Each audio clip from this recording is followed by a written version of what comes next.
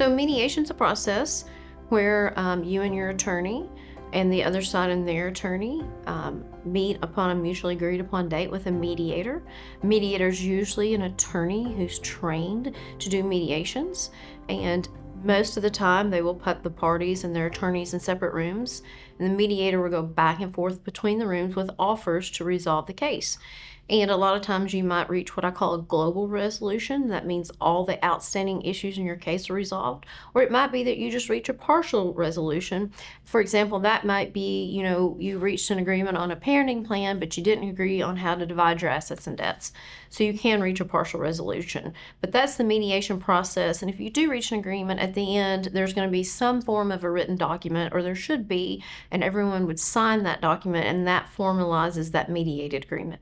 So what litigation is when you go to court and you're in front of a judge, and it can happen usually in two ways. You have a lot of times what are called motion hearings, and that a motion is kind of like when you raise your hand and you say, hey, I want to ask a question. It's just a formal way of asking the court to give you some kind of relief.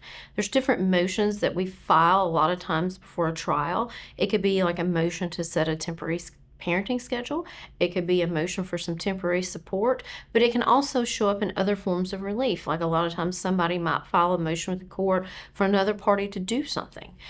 So that's one form of litigation, and that's where you show up with your attorney in front of a judge, and whatever that motion is or request of the court, then the judge makes a ruling on that request, and you get that ruling in the form of a court order. Then you obviously have what you call a trial. And that's when you go in front of a judge and you present your case to the judge. And it could be on one or multiple issues. But what you and your attorney do is you prepare for that and how you're going to present to the judge, hey, this is my side of the case. This is what I'm asking the court to do. And then ultimately the judge will make a ruling and put down once again a court order, and that's what controls. So there's different types of cost differences between mediation and litigation. One thing we have to look at is financial cost. And I know a lot of times when you get to the mediation process, it may seem expensive, but the majority of the time, if not all the time, mediation is going to cost less than it's going to cost you and your attorney to get ready and go have a trial from a financial standpoint. But there's also what I call the cost of an emotional cost.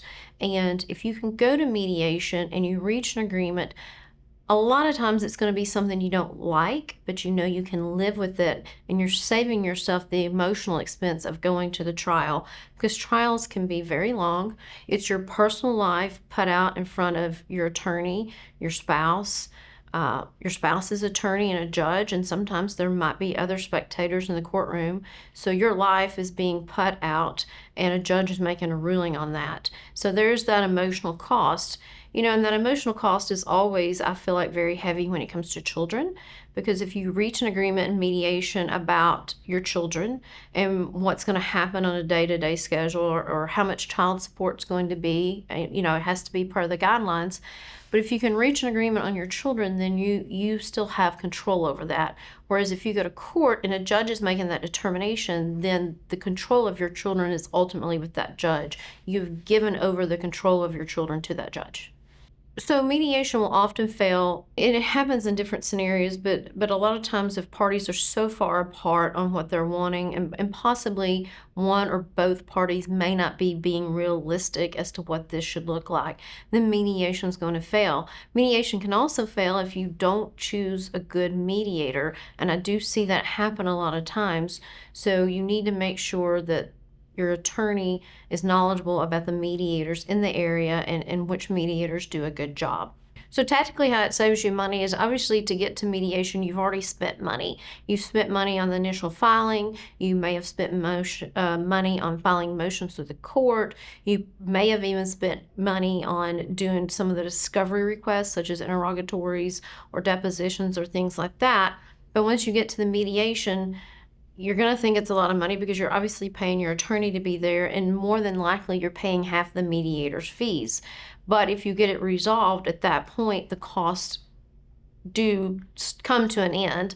I mean, there'll still be some costs of some paperwork and things like that, versus if you go to a trial, you have to understand that your attorney is literally having to take your marriage, and it might be, a few years and it might be 20 or 30 years, and your attorney is having to condense what has happened in those years and present it to a judge. And so that does cost a lot of money because there's a lot of preparation work that goes into going to trial.